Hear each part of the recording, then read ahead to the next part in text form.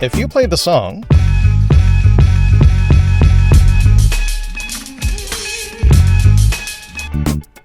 most outside Canada would think of DMX's song Get At Me Dog, but to most Canadians, they think of the song Northern Touch. This song by the Rascals, which are comprised of rappers Misfit and Red One, DJ and producer Chemo, and breakdancers Dedos and Zebrock, featured Cardinal Official, that's the guy singing the hook, Choclair, Checkmate, and Thrust.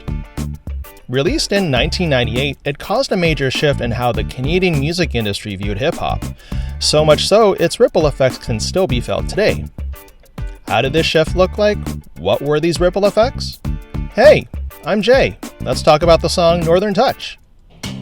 When we do, we'll talk about how the state of hip-hop in Canada led to the creation of Northern Touch, its significance to me, the events following the song's release, and how this song changed the Canadian music industry and the ripple effects it caused. With all that being said, let's get this ball rolling. Specifically, let's roll back to 1997, when the Canadian Broadcast Corporation, the CBC, launched a dedicated news website on this new thing called the Internet. Jean Chrétien was the Prime Minister of Canada, and Nintendo released the game GoldenEye 007 for the N64. And hip-hop, and music in general in Canada, was nowhere as accessible as it is today. It's something we take for granted, but with streaming music services, music literally comes to you. Thanks to the prevalence of high-speed internet, music lives in your pocket via your phone, it's on your computer, heck, it's even on your wrist. You can literally think of a song and you're listening to it in seconds. It's kind of mind-blowing, really.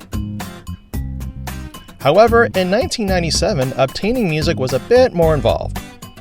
If you didn't leave your home for the record store, you're either watching TV or listening to the radio.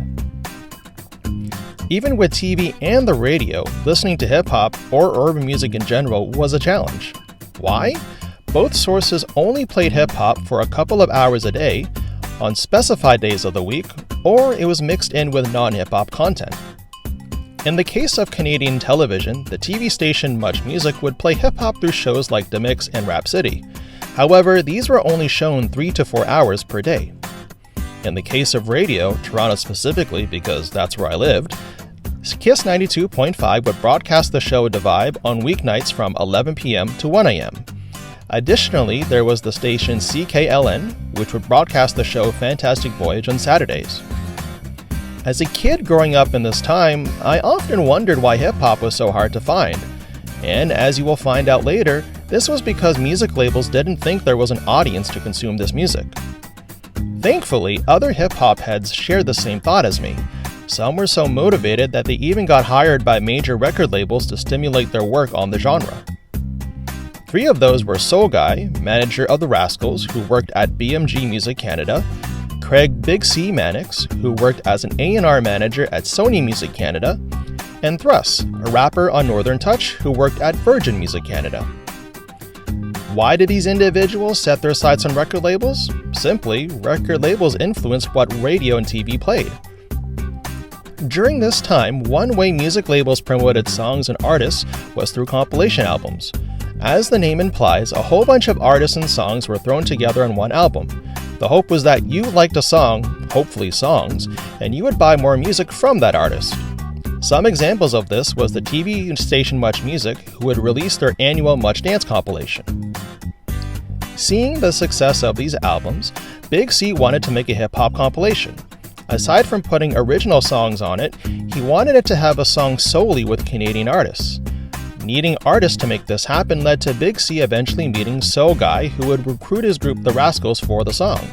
Soul Guy's ambition was to do something that would give Canadian hip-hop an identity. And what better way to do this than by creating a song that would showcase Canadian artists? Chatter amongst record labels began, leading to the rapper Thrust being pulled into the fold. Another reason for this was his connections to Cardinal Official and Choclair. However, record label politics got involved and wanted to repurpose the plan set in motion by the aforementioned 3. At the time, since dance music was more marketable than hip-hop, and to fulfill CanCon requirements, this song would be put on a compilation album by dance DJ MC Mario.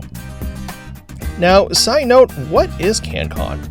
Short for Canadian Content, It is a requirement set by the CRTC, short for the Canadian Radio, Television and Telecommunications Commission, which is a regulating body of the Canadian government that dictates that media should contain a certain amount of Canadian content. For example, for radio stations, this must be at least 35%.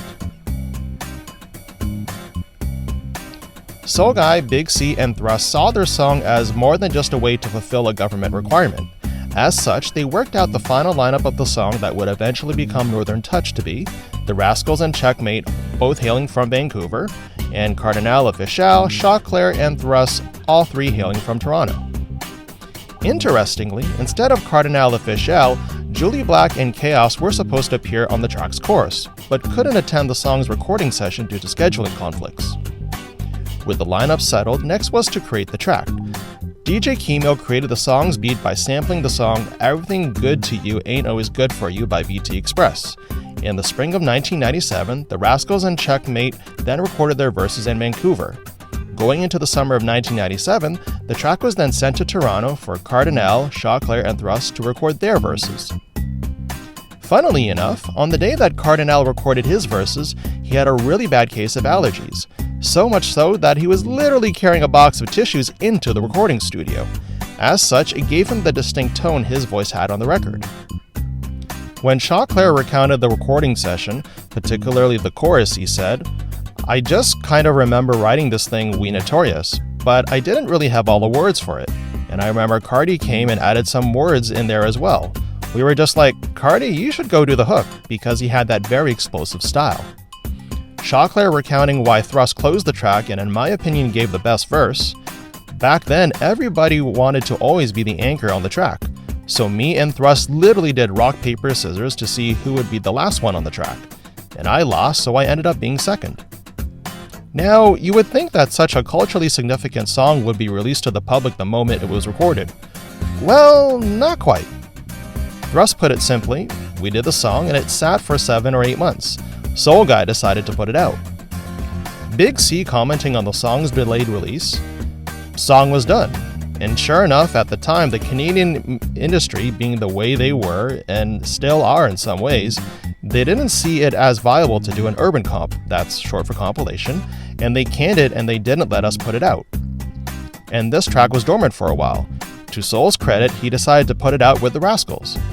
It became a single off the album and it just blew up and the rest was history. And in 1998, history was indeed made. Due to Toronto's proximity to New York and the fact that Northern Touch had the same sample as Get At Me Dog by DMX, New York DJs would play the songs after each other. From there, the song spread through America and Canada. Popularity of the song was so great, it even caused the Rascals to reissue their album Cash Crop. Its release in 1997 didn't contain Northern Touch, but the album was re-released featuring this single. With the single gaining traction, it only made sense to shoot an accompanying music video. Then called Little X, now called Director X, was tasked with creating this video. Known today as a super successful video and movie director, he started working with the legendary Hype Williams, which is also a super duper successful video and movie director. Visually, the video for Northern Touch was very simple, but that simplicity made the video super polished.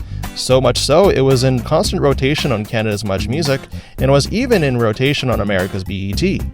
Its visual style can be seen in Little X's future music videos. Just look at Old Time Killin' by Cardinal Official, Temperature by Sean Paul, or Hotline Bling by Drake. Despite the well-deserved praise, X's comments about the video were a bit more humbling. From an interview with the podcast Q, he said, "It's not a great music video. We did it with pennies." Now, for me, at least 1998 me, was around the time I was just getting into hip-hop. It was actually my cousin, we'll call him Cousin Ike, who introduced me to the genre. Sometime that year, we were actually at my grandma's house for some family gathering. Since the gathering was going to last a while, he brought his PlayStation, now that's the original one, the one that you see listed here, to pass the time. Since the PlayStation was also a CD player, he also brought a copy of the Space Jam soundtrack. He popped in the CD, played the song Hit 'Em High by Busta Rhymes, Be Real, Coolio, Method Man, and LL Cool J, and from that point forward, hip-hop was my jam. This then led to many hours of watching Much Music and listening to the radio to consume all the hip-hop I could find. This exposed me to both American and Canadian content. Now, me being so new to the genre, I saw no difference between the two countries, because a good song is a good song regardless of the country that it's from. Being super pumped about all this music, I would go to school and tell all my classmates about it. However, when I mentioned music by Canadian artists, they would reply with, "Oh, they're Canadian?" Or, "It's not as good as American hip-hop." Or, "It's okay for Canadian hip-hop." Or, "It sounds Canadian." Every time I would hear those responses, I was so confused. Internally, I was screaming, "What do you all mean? Are you trying to say that Canadian hip-hop has to suck? Why does it have to play second fiddle to American content? How does it sound Canadian?" And it wasn't just my classmates saying all that. I would be walking through the mall, the record store, the bus stop, and I would hear the same sentiment. My patriotic self was wilding out. Why can't I support artists from my own country? However, when Northern Touch came out, the sentiment flipped. Those same classmates would hear the song and they would say, "Whoa, this is actually a good song," followed by, "Wait, they're Canadian? And who are these cats?" It was as if people were surprised that good music could come from Canada. And then people would watch the song's music video and the reactions were the same. Since streaming music was non-existent at the time, I consumed a good chunk of my music by listening to the radio. I would alternate between my 4 favorite Toronto radio stations, my 2 favorite Buffalo, New York stations, Kiss 92.5, Mix 99.9, Energy 108, Z 103.5, Kiss 98.5, and 93.7 WBLK. Tuning into these stations, I would beam with pride when I would hear Northern Touch, especially when I heard it on the Buffalo stations. One afternoon, I was watching Much Music and waiting for the commercials to end. The commercials ended and the screen went black and the opening shots of Northern Touch began playing. The moment I saw that, I was like, what am I about to watch? As I watched the music video, I was drawn in by the simplicity of the visuals. Objectively speaking, each artist just got their own colored background, nothing really fancy. But I suppose that's the beauty of this video and why it's still loved today. Upon its 1998 release, Northern Touch charted to the 41st position on the Canadian Top Singles chart. Now, this was significant because prior to this song, no other domestic urban song ever charted in the top 100 singles. Not only did this break new charting ground for Canadian urban music, it also caused a shift in how the Canadian music industry saw urban music, in particular the Juno Awards and rap music. Now, for those outside Canada, the Juno Awards are meant to celebrate the contributions of Canadian music artists. Essentially, it's Canada's take on America's Grammy Awards. Just like the Grammys, the Junos is an annual award ceremony having both televised and non-televised components. During the televised ceremony, about 8 Junos are handed out. During the non-televised ceremony, about 42 Junos are handed out. In March of 1998, the Juno Awards were held in Vancouver at the former GM Place, now called Rogers Arena. This year, the Rascals were nominated for Best Rap Recording for their album Cash Crop. However, this category was a part of the non-televised ceremony. The group joked that if they won, they would refuse the award. However, this joke eventually turned into seriousness. Armed with this mindset, the group, with their manager Soul Guy, made their way to the untelevised ceremony. However, the traffic to the venue was so bad that they arrived 5 minutes after the start of the ceremony. To add further insult to injury, the first category winner to be announced was Best Rap Recording, and the Rascals actually won. Not only did they win, but they weren't present. They missed their chance to refuse the award and make a statement on the misrepresentation of urban music. When the group finally arrived, they were ushered into a media room to conduct a press conference to discuss their win. In front of reporters and other members of the media, the Rascals' manager, Soul Guy, took a paper out of his pocket and read, "In view of the lack of real inclusion of black music in the ceremony, this feels like a real token gesture towards honoring the real impact of urban music in Canada. Urban music, reggae, R&B, and rap, that's all black music, and it's not represented at the Junos. We decided that until it is, we are going to take a stance." Moments after, the group refused the award. Flash forward to 1999, the song is gaining major airplay on Canadian and American radio, and the video is in regular rotation on Canada's Much Music and America's BET. That year's Junos were held in Hamilton, Ontario at Copps Coliseum. To add further to the momentum of the year, the announcing of the winner of Best Rap Recording was moved to the ceremony's televised portion, and the winner that year was Northern Touch. Not only that, all the artists featured on Northern Touch performed the song during the televised ceremony. For the first time ever, rap was gracing the national stage of the Junos. When Misfit, member of the Rascals, accepted the Best Rap Recording award, he said, "This is a serious moment for hip-hop. And I also got to say that this is a minor achievement for hip-hop and urban music here at the Genos. And for y'all to make this a major event, and for it to happen annually. We got to keep getting your support from everyone out there." And he was right. This singular event was a serious moment for hip-hop. It proved that it was a form of music that deserved to be seen on a national level, even an international level. Now that we know the history of Northern Touch, let's circle back to the two questions asked at the top of this video. How did this song change how the Canadian music industry looked at hip-hop, and what ripple effects did this song bring? Well, in response to how it changed the Canadian music industry, firstly, with the Rascals creating a song that united artists from opposite ends of the country, it showed that artists for this genre of music existed all across the nation. Secondly, through the resulting success of the song, be it from the airplay it got from radio and television, the additional airplay in America, and the general feedback it got from the public, at least seen through my childhood eyes, Northern Touch proved that there was an audience, albeit a large one at that embraced hip-hop. And thirdly, by the Rascals declining their Juno Award in 1998 and the resulting events of the 1999 Juno Awards, it showed that hip-hop is just as deserving of the recognition that other genres of music receive. And what ripple effects did this song bring? By showing that there is an audience that embraces this music, it led to hip-hop being expanded to other forms of media. In particular, the launch of Canada's first urban music radio station, Toronto's Flow 93.5 in Toronto, leading to the launch of other urban music radio stations across Canada.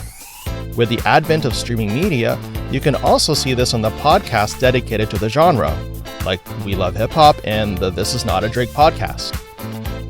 By showing that hip-hop is just as deserving of the recognition that other genres of music receive, rap music has been presented during the televised Juno Award ceremony since 1999. In a full-circle moment, during the 2018 awards, to commemorate the 20th anniversary of the release of Northern Touch, the Rascals, Cardinal Official, Shockler, Checkmate, and Thrust reunited on stage to announce the winner of that year's Rap Recording of the Year. After announcing the winner, they then broke out into an impromptu a cappella performance of Northern Touch. It's crazy to think that all this history started from a group of 3 people wanting to make a hip-hop compilation album. This album never saw the light of day, but what resulted was a song that caused a shift for an entire music industry. I mean, this song forced an industry to focus their spotlight on a genre of music that was otherwise ignored. I'm sure everyone that contributed to this song thought nothing of their actions, but the effects of these contributions will be felt by generations to come. It also doesn't hurt that this world got a really dope song out of it. Thanks for watching!